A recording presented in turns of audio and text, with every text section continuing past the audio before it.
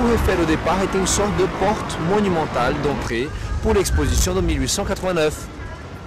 C'était ce que nous appelions enfin le clou de l'exposition de 1889, mais il faut savoir que la tour au départ, elle était aussi provisoire, comme tous les autres bâtiments, comme je vous ai dit, donc elle était censée être démolie après l'exposition universelle. Eh bien, 1889, cette date-là est très importante parce que c'était l'année où on célébrait le centenaire de quel grand événement historique français? Le centenaire de la Révolution, 100 ans de la chute de la monarchie absolue, 100 ans de la déclaration des droits de l'homme.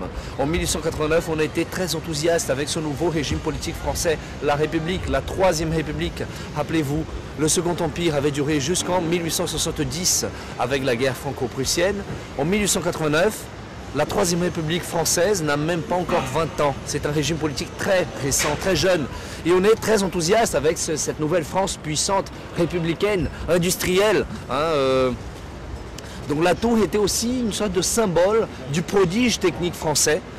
Un symbole de cette puissance de la France. C'était un symbole patriotique au départ, un symbole de la République française. Mais aussi un symbole enfin des sciences, de la technologie, du progrès industriel, scientifique et technologique de cette époque-là. Là, on reste dans le domaine symbolique. Porte monumentale d'entrée, symbole de ceci, symbole de la France, un symbole de cela, oui, d'accord. Mais au niveau pratique, à quoi ça servait la tour Eiffel au départ? Tour Eiffel au départ, du point de vue pratique, elle ne servait à rien. Après, elle va servir d'antenne de transmission, mais uniquement après. Au départ, on ne l'avait pas encore conçue pour qu'elle soit une antenne de transmission. Donc c'est grâce notamment à la télégraphie sans fil, à la TSF, que la tour Eiffel sera sauvée, qu'elle ne sera pas démolie. De toute façon, depuis 1964, on n'y touche plus. Merci André Malraux, c'est lui qui a fait classer la tour Eiffel monument historique. Donc nous avons 3 étages principaux, le premier à 57 mètres de hauteur, le deuxième à 115, le troisième étage pour le public, il est à 276, c'est-à-dire la plateforme où on peut accéder, elle est à 276 mètres de hauteur, mais toute la tour au départ faisait 300 mètres de hauteur, 312, avec la rampe du drapeau tricolore qui a été hissé par M. Gustave Eiffel au sommet de la tour, le jour de l'inauguration. Donc le 31 mars 1889, M. Gustave Eiffel arrive avec 200 invités à peu près. Bienvenue mesdames et messieurs, c'est un honneur d'être là avec vous. On va inaugurer mon grand chef-d'œuvre. Par contre, j'ai une petite mauvaise nouvelle à vous annoncer. Les ascenseurs ne marchent pas encore. Qui veut monter avec moi jusqu'au sommet? Il y a juste 1710 marches à gravir. Il n'y a qu'une vingtaine de courageux. De toute façon, il n'y avait pas de place pour tout le monde. Pas de place pour 200 invités quand même au sommet de la tour. Donc là, en haut, il va hisser le drapeau tricolore en disant, entre autres choses, que la tour Eiffel, que la France était la seule nation du monde dont le drapeau avait une rampe de 300 mètres de hauteur. Alors, le drapeau tricolore qui a été hissé par M. Gustave Eiffel, en fait, c'était des drapeaux tricolores. Enfin, celui qui a été hissé par lui, il est resté là, je ne sais pas exactement combien de temps, mais un seul drapeau ne tenait jamais bon plus de 2 semaines. On était obligé de rechanger régulièrement parce que ça se déchirait, avec le vent qui souffle à 300 mètres de hauteur. Bien évidemment, on était toujours en train de changer, de rechanger ça régulièrement. Donc quand vous entendrez parler du drapeau qui est resté pendant des années, en fait le drapeau c'était des centaines de drapeaux, voire même des milliers, je ne sais pas exactement combien de drapeaux sont passés par le sommet de la tour, mais c'est sûr que c'est au moins des centaines de drapeaux différents. Maintenant nous sommes devant le buste d'un deuxième Gustave qui a joué un rôle très important dans l'histoire de la tour aussi.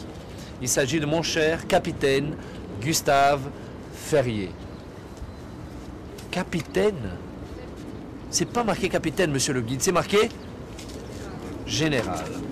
Hélas, mesdames et messieurs, le nom général gâche complètement la surprise de l'histoire que je vais vous raconter là tout de suite. J'aurais bien aimé couvrir le nom général. Figurez-vous que le personnel de la Tour Eiffel ne m'accorde toujours pas le droit de le faire. Alors sachez que pour l'instant, il est encore capitaine.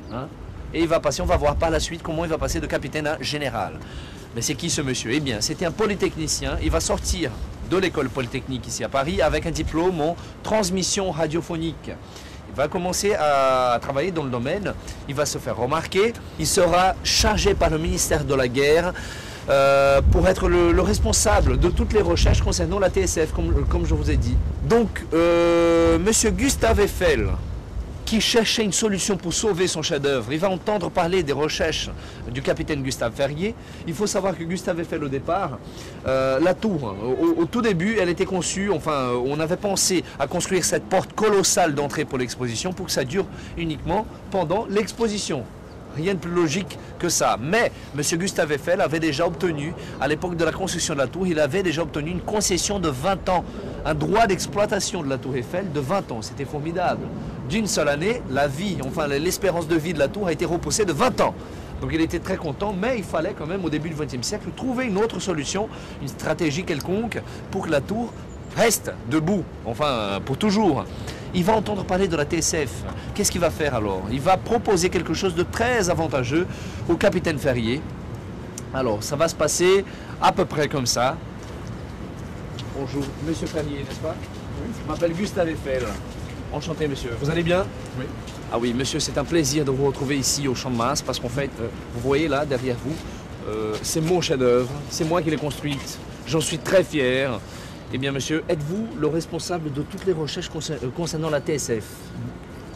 Oui. C'est bien vous? Oui. Ah oui, je suis ravi, monsieur. Je sens que l'affaire est encore un peu trop secrète, n'est-ce pas? Ne vous inquiétez pas, monsieur. Nous sommes à l'abri des regards indiscrets. Je vous propose de la prêter, enfin, vous la prêter. Non seulement je vous la prête, mais en plus, monsieur, je prends en charge toutes les dépenses que vous aurez avec vos expériences.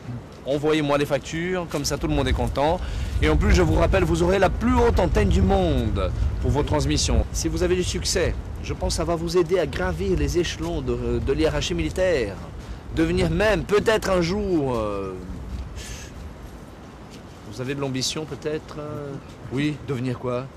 Général, ah oui, je sentais, je lisais ses pensées, moi, hein, voilà. J'ai le pouvoir de voir. Ça va vous aider, monsieur. Et moi, je sauve ma tour. Il n'y a pas d'inconvénient, il n'y a que des avantages. D'accord, monsieur Ferrier. Malgré le fait que toute la tour soit construite avec du fer, avec une charpente métallique, c'est pas de l'acier, hein, c'est du fer pudelé. Il y a très très peu de carbone. Hein, c'est vraiment des traces. C'est pas vraiment l'alliage fer-carbone comme l'acier. Donc voilà, l'acier, il sera introduit dans le domaine de la construction civile, notamment au début du XXe siècle, hein, un tout petit peu plus tard, un tout petit peu après la tour. Hein, donc à cette époque-là, c'était surtout soit la fonte pour les piliers, pour les poteaux, tout ce qui subit des efforts de compression, voilà, c'est la fonte. Et le fer pour tout, parce que voilà, pour les poutres, bien évidemment, là, la flexion, la traction, donc voilà. La tour, elle est construite avec du fer pudelé. Mais les fondations sont maçonnerie de pierre, et on va les voir tout de suite. Il n'y a que vous, les visiteurs des coulisses de la tour, qui peuvent le visiter.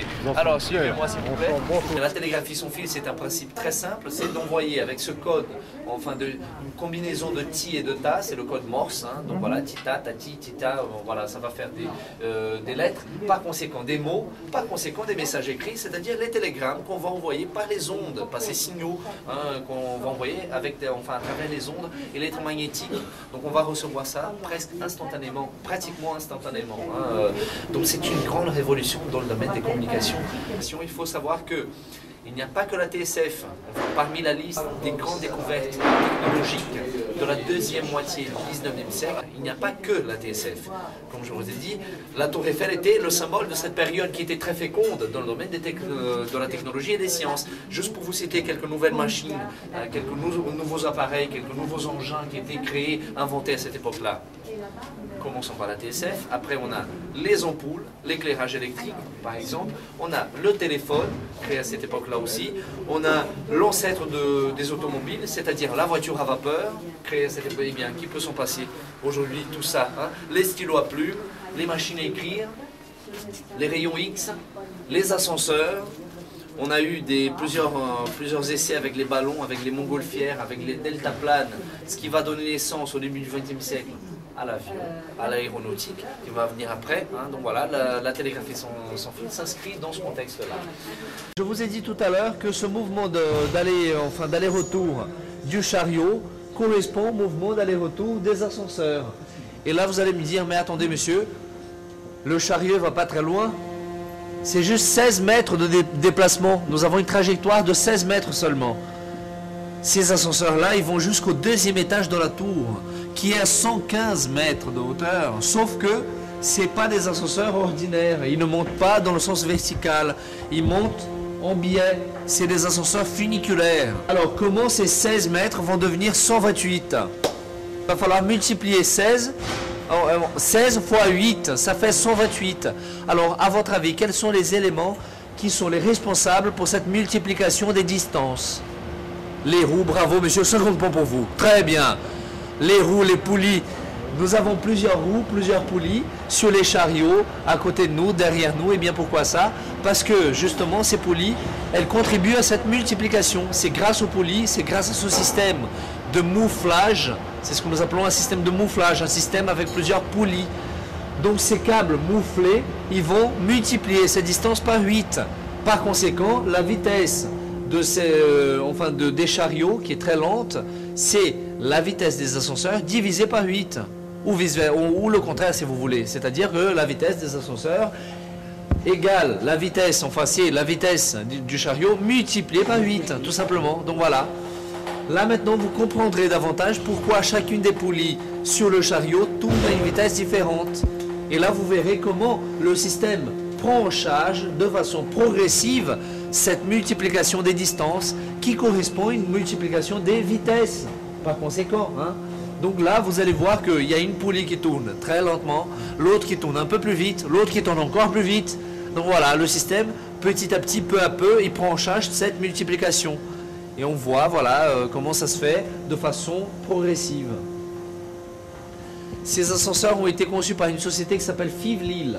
Hein, et ils ont été mis en place en 1899, 10 ans après la construction de la tour. Parce qu'au départ, les ascenseurs qui étaient ici, en 1889, ils ne montaient qu'au premier étage, pas au deuxième, uniquement au premier, et ils redescendaient.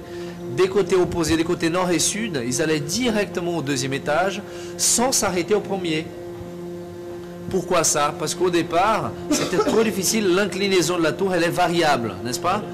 Eh bien, c'était trop difficile à faire des ascenseurs qui pourraient, capables d'aller et au premier, et ensuite au deuxième.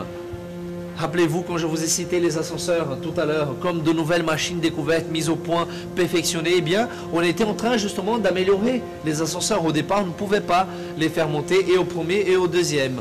Par contre, 10 ans après, si on le pouvait. Voilà pourquoi on les a changés, pour permettre à un plus grand nombre de visiteurs d'accéder aux étages de la Tour Eiffel, tout simplement. Hein. On va trouver d'une façon très étonnante beaucoup de points en commun entre la Tour Eiffel en pleine fin du 19e siècle et l'architecture médiévale gothique. Et je ne me trompe pas, c'est vrai. Qu'est-ce qu'ils voulaient les architectes gothiques? Ils voulaient monter de plus en plus haut avec leurs cathédrales, avec leurs églises. Ils voulaient atteindre Dieu, ils voulaient s'approcher du ciel. Hein, donc cette notion de gigantisme, de verticalité était très présente. Les églises et les cathédrales vont devenir aussi de plus en plus ajourées, de plus en plus dentelées, de plus en plus transparentes, de plus en plus lumineuses. On va remplacer les pleins, c'est-à-dire les cloisons et les murs, par les vides, c'est-à-dire les vitraux, la lumière du jour. Eh bien, où sommes-nous aujourd'hui, mesdames et messieurs? Nous sommes dans le plus haut bâtiment du monde à l'époque de son ouverture. Nous sommes dans la tour qui, d'après les enfants parisiens, monte vers le ciel. Si on regarde autour de nous, il n'y a plus de parois, plus de murs, plus de cloisons, que la lumière du jour, que de la transparence, que de la dentelle de fer cette fois-ci. Et dans ce sens-là, on peut même dire que c'est la tour qui prend le relais de la cathédrale.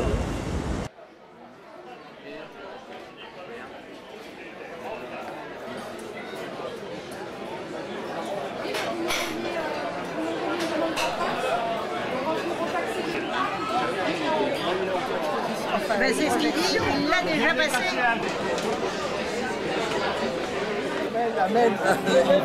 Ça fait soif maintenant. Là.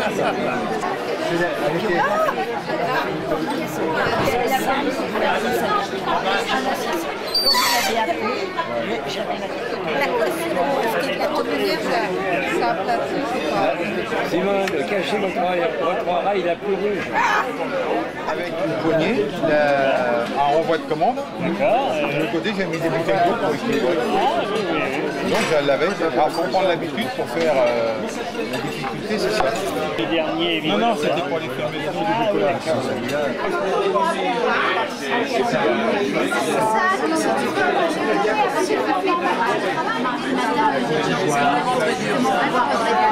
Je l'achète, ça sert à rien. Alors, C'est pas vrai. quel effet que ça fait ben, ça de fait changer drôle. de table. Bon, on doit s'habituer quand même. Oui, on s'habitue à tout. Oui, on s'habitue à tout.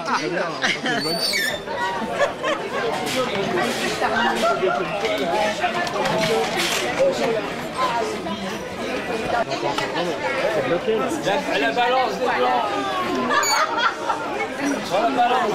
Stop, on fait la balance des blancs.